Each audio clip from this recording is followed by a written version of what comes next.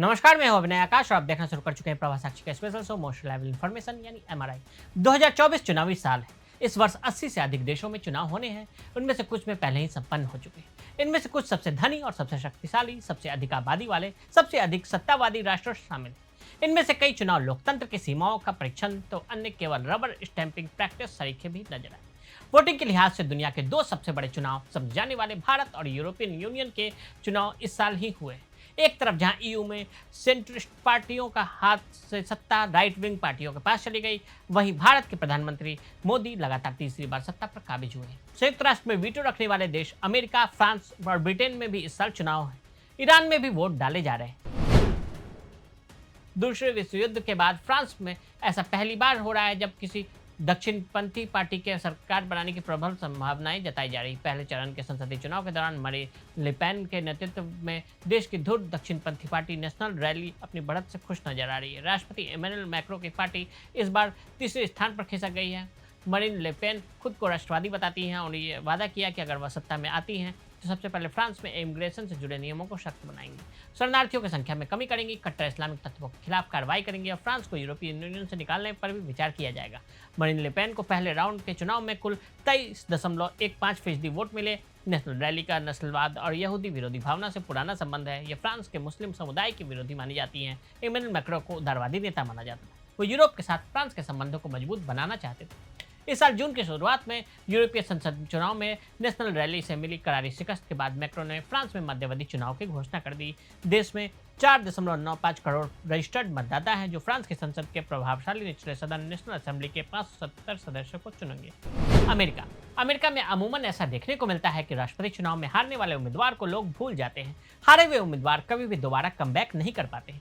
लेकिन इस बार Republican party के केस में अलग ही नजारा देखने को मिला और ट्रंप की खासी धमक नजर आ रही है। 4 बरस पहले ट्रंप ने राष्ट्रपति का पहला कार्यकाल विवादों के बीच समाप्त किया। 6 जनवरी को कैपिटल हिल में हुई हिंसा पर अमेरिकी इतिहास का सबसे दुखद हिस्सा बन गया। एक बार फिर ट्रंप और बाइडेन राष्ट्रपति चुनाव के लिए आमने सामने। दोनों नेताओं के बीच बीते दिनों 90 मिनट की बहस हुई। इस दौरान अर्थव्यवस्था, आर्जन, विदेश नीति, गर्भपात और राष्ट्रीय सुरक्षा को लेकर राष्ट्रपति बाइडेन और ट्रंप के बीच वार पलटवार देखने को मिला। SSRS द्वारा आयोजित CNN फ्लैश सर्वेक्षण के अनुसार डिबेट को देखने वाले रजिस्टर्ड लोगों में से 67% ने ट्रंप के प्रदर्शन को बेहतर बताया, जबकि 33% लोग इस मामले में बाइडेन के साथ दिखे। ब्रिटेन और ईरान। ब्रिटेन में 4 जुलाई को हुए आम चुनाव की अभी तक मतगणना में लेबर पार्टी ने बहुमत के लिए पर्याप्त सीटों पर जीत हासिल कर ली। वहीं निवर्तमान प्रधानमंत्री ऋषि सुनक ने हार स्वीकार करते हुए लेबर पार्टी के नेता कीर स्टारमर को बधाई दी। कंजर्वेटिव पार्टी को अब तक की सबसे बुरी हार का सामना करना पड़ा है। कीर स्टारमर की पर्सनैलिटी सुनक से एकदम उलट है। भारतवंशी सुनक जहां खुद को धार्मिक नेता बता रहे हैं, वहीं स्टारमर भगवान में यकीन नहीं करते। वे सुनक की तरह अरबपति भी नहीं है। एक वक्त ऐसा भी था जब हिंदू वोटर्स से जुड़े संगठनों ने लेबर पार्टी को वोट न देने की कसम खाई थी। 2020 में कीर स्टारमर लेबर पार्टी के नेता बने तो उन्होंने हिंदू वोटरों की नाराजगी खत्म करने की कोशिश की और कश्मीरी मुद्दे पर पार्टी का स्टैंड बदला। ईरान में पिछले हफ्ते हेलीकॉप्टर दुर्घटना में राष्ट्रपति इब्राहिम राइसी के मारे जाने के बाद देश में राष्ट्रपति पद के लिए चुनाव हो रहे हैं, जिसमें मुकाबला कट्टरपंथी परमाणु वार्ताकार सईद जलीली और सुधारवादी मसूद पेज़ेश्कियान के बीच है। इससे पहले 28 जून को मतदान के शुरुआती दौर में किसी भी उम्मीदवार को 50% से ज्यादा वोट नहीं मिले, जिसके कारण दोबारा मतदान कराए जा रहे हैं। मतदाताओं को कट्टरपंथी पूर्व परमाणु वार्ताकार सईद जलीली और हार्ट सर्जन तथा लंबे समय से संसद सदस्य रहे मसूद पेज़ेश्कियान के बीच चुनाव करना है। 28 जून को हुए मतदान में उदारवादी नेता मसूद पेज़ेश्कियान को 10.4 मिलियन यानी 42% वोट हासिल हुए। वहीं कट्टरपंथी नेता सईद जलीली को महज 9.4 मिलियन यानी 68.6% वोट ही मिले।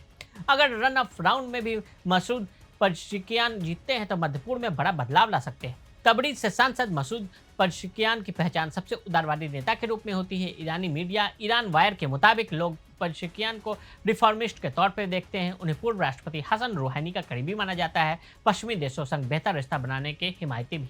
तो आज हमने आपको दुनिया के विभिन्न हिस्सों में हो रहे चुनाव की रूपरेखा से अवगत कराया। आज के लिए दी इजाजत। ऐसी रिपोर्ट्स को देखने के लिए देखते रहें प्रभास साक्षी। अगर आप भी लेना चाहते हैं देश दुनिया की तमाम जानकारी तो आज ही सब्सक्राइब करें हमारे चैनल को। साथ ही नीचे दिए बेल आइकन को जरूर दबाएं ताकि हर अपडेट आप तक पहुंच सके।